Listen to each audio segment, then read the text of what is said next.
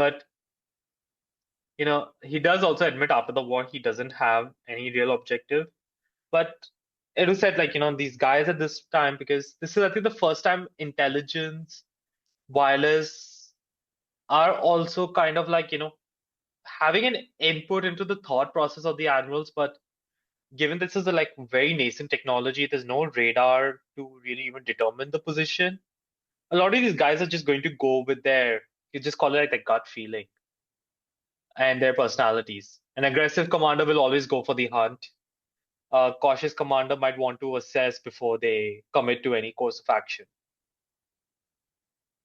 Now, again, when they make this turn by 7:04 p.m., the Germans were inside of the British, and the Germans were sighted by the British. I'm sorry, and you have the HMS Revenge, HMS Neptune, Agincourt, and Saint Vincent. 4 dreadnoughts decide to greet the German battle line with broadsides. It's pretty good welcome. And for the audience to remember, the British have the bigger guns here.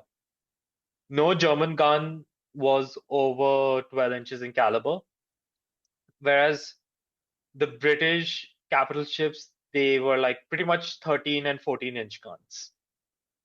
So they do pack a bigger punch. And at 7:05 p.m., so 1 minute after the sighting, Jellicoe does order the ships to start turning to engage the enemy. But, it wasn't in a full battle line, because he just wants to get all of his ships to fire. Because at the current formation, not all of them were able to, land, to even train their guns on the Germans. So to the captains, right, they might just see that, oh yeah, there's just maybe a couple of ships. Maybe it's a squadron, maybe it's a lower. It's not the main fleet. They don't know that. And again, Jellicoe's fault is he's operating like Shear, right? He's operating on what he is getting intel, what he thinks makes sense, and his own, gut feelings and standard procedures that were developed by the Royal Navy and such. And I think for the next 10 minutes or so,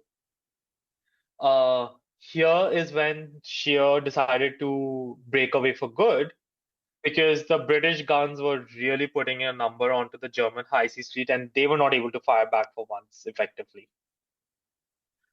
And Shear gives 3 orders.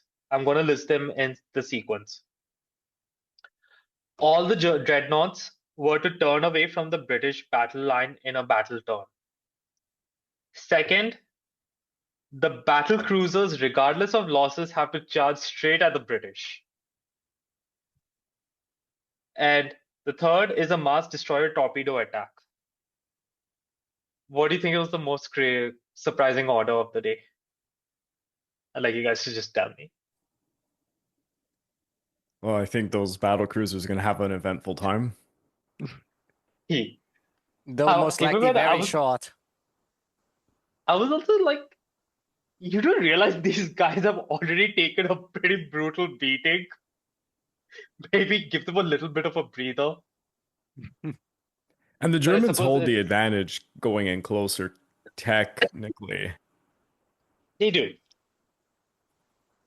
I mean, their gunnery has actually proven itself in the first action with the battle cruisers, at least. True, it does. And the 4 battle cruisers, which were under the command of the Derflinger's captain, Johannes Hartog, right? He was the designated leader of the battle cruiser division. Because of these maneuvers, right? Hipper, who had already moved his flag from Lutzow and was trying to get to the Malka, he's now on a destroyer that is just kind of like, reacting to Shear's maneuvers. So the 4 battle cruisers, they move forward at a speed of 20 knots, which, considering the battered state, is pretty impressive. Now, the Derflinger, it took a massive hit on one of its turrets, its D turret, and the British ship was about to explode in the magazine. But as Simon pointed out, the Germans had already learned from that mistake, and they had fire doors, which immediately shut and took a lot of the punch out of that shell explosion and ensured the Derflinger was not going to go to the bottom of the North Sea. And I think the Queen Mary, Invincible, Indefatigable are probably like, wincing in their watery ship graves. Now, but luckily for these battle cruisers, they only had to charge forward for about 4 minutes. Around 7:17, 7:18, they do get the order to retreat. But they did take a pretty brutal punishment. In that 4 minutes that they were charging, each of the battle cruisers took at least 5 hits with the Derflinger, taking almost 20 hits. But none of them sank, which really, you got to give it as a testimony to the Germans for their engineering, to make these ships so survivable. I don't know if we mentioned this in the first episode, but one of the major differences between the British and the German battle cruisers is the Germans favored a bit more armor, whereas the British, yeah. Yeah, I actually wanted to bring that up maybe towards the end when the inquests were made into what all went wrong. So I did plan to bring it up then. But yes, you are correct, Greg. They had a completely different philosophy in their battle cruiser designs. Now, the withdrawal was successful thanks to an attack by 14 destroyers charging forward.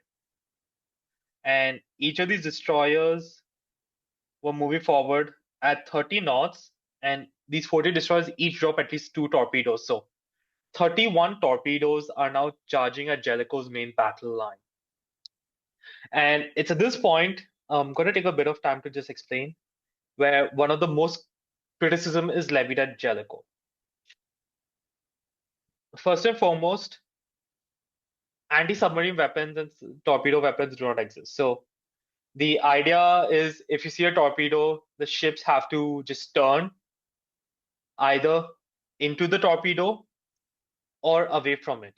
The idea is so that your broadside is no longer visible to the torpedo. You're presenting your bow or your stern. And Greg, correct me if I'm wrong, I think this was still a very valid tactic that many Pacific War destroyers and cruiser commanders would still try to do. It's the same thing I do in World of Warships. Yeah, fair enough. Thank you so much. There you go, folks. We have practical experience backing it. But the idea is you turn into or away, present your stern or bow so that the idea is smaller target, chances of missing are low. Now, there are some pros and cons of this decision, which I think we should discuss.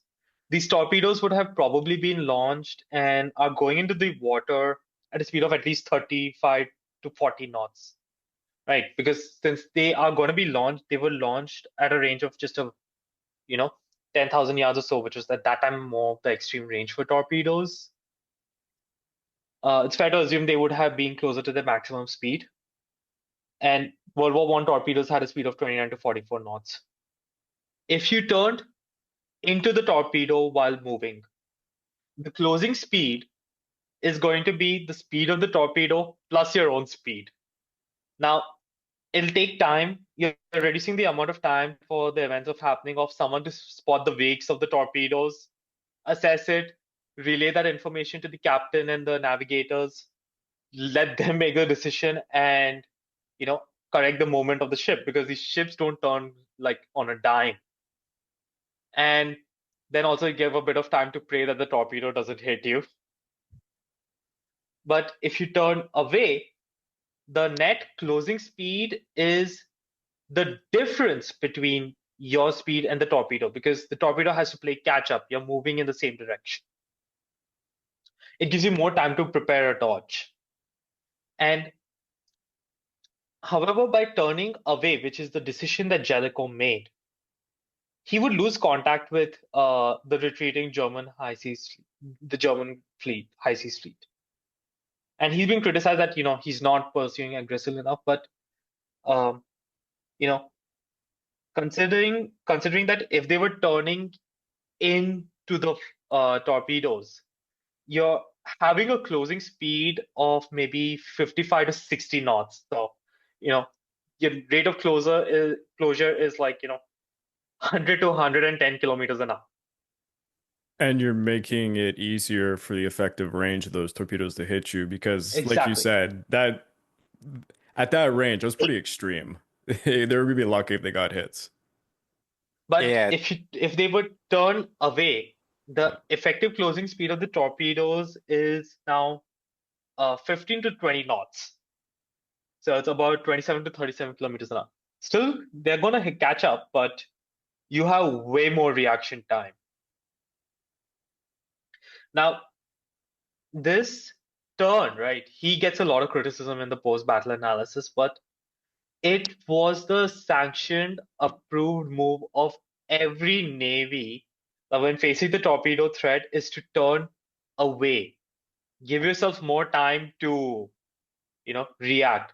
Better to lose contact with the enemy than, lose ships for no reason. Especially if you're the larger force. Yeah, and we also have to keep in mind these are really early torpedoes, so there's a very high chance that they actually fail. So the longer time they have to impact and fail, some of them might just not be exploding anymore or just sinking. And the only reason you could really even point out why he's criticized for not turning into the torpedoes, right, and giving him and his men much less reaction time is it's not very British. It's not the Nelson way. It's not very aggressive. Like, guys, Shear's already departed, right? Like, he's already broken off contact for a few minutes. So he's already gained some time on you. What is the point of just unnecessarily sacrificing your warships for this? And Craig, I think we can attest to this from Trafalgar and Nile videos. Nelson, while he was very aggressive, he made pretty calculated risks. Aggressive, Yeah. ballsy, but it wasn't, I wouldn't call it reckless. He knew what he was doing. He understood the risks and it paid off, but it's not like he's just blindly charging into danger. Risking dreadnoughts through a fan of torpedoes would have been stupid. Yeah. And he did what was expected and approved of every level of the Admiralty or any Navy, right? To turn away to when presenting your bow to and stern to the torpedo. So I also agree that this was the completely correct decision for him to do this. There'll be times where you'll be needing to sacrifice the ships, but you don't need to take that unnecessary ship loss chance. So as you were with the cowardly Jellicoe. Yeah. Now, it's hindsight is 2020. I know that's why people were blaming him because they know how the sequence goes and they're like, oh yeah, you should have turned in. You would have done it. It's kind of like I remember once in a Discord chat, one person was telling me that how he's a greater commander than Napoleon because he would do exactly what Napoleon should have done because, hindsight is 2020. Really great general, Craig. Yeah.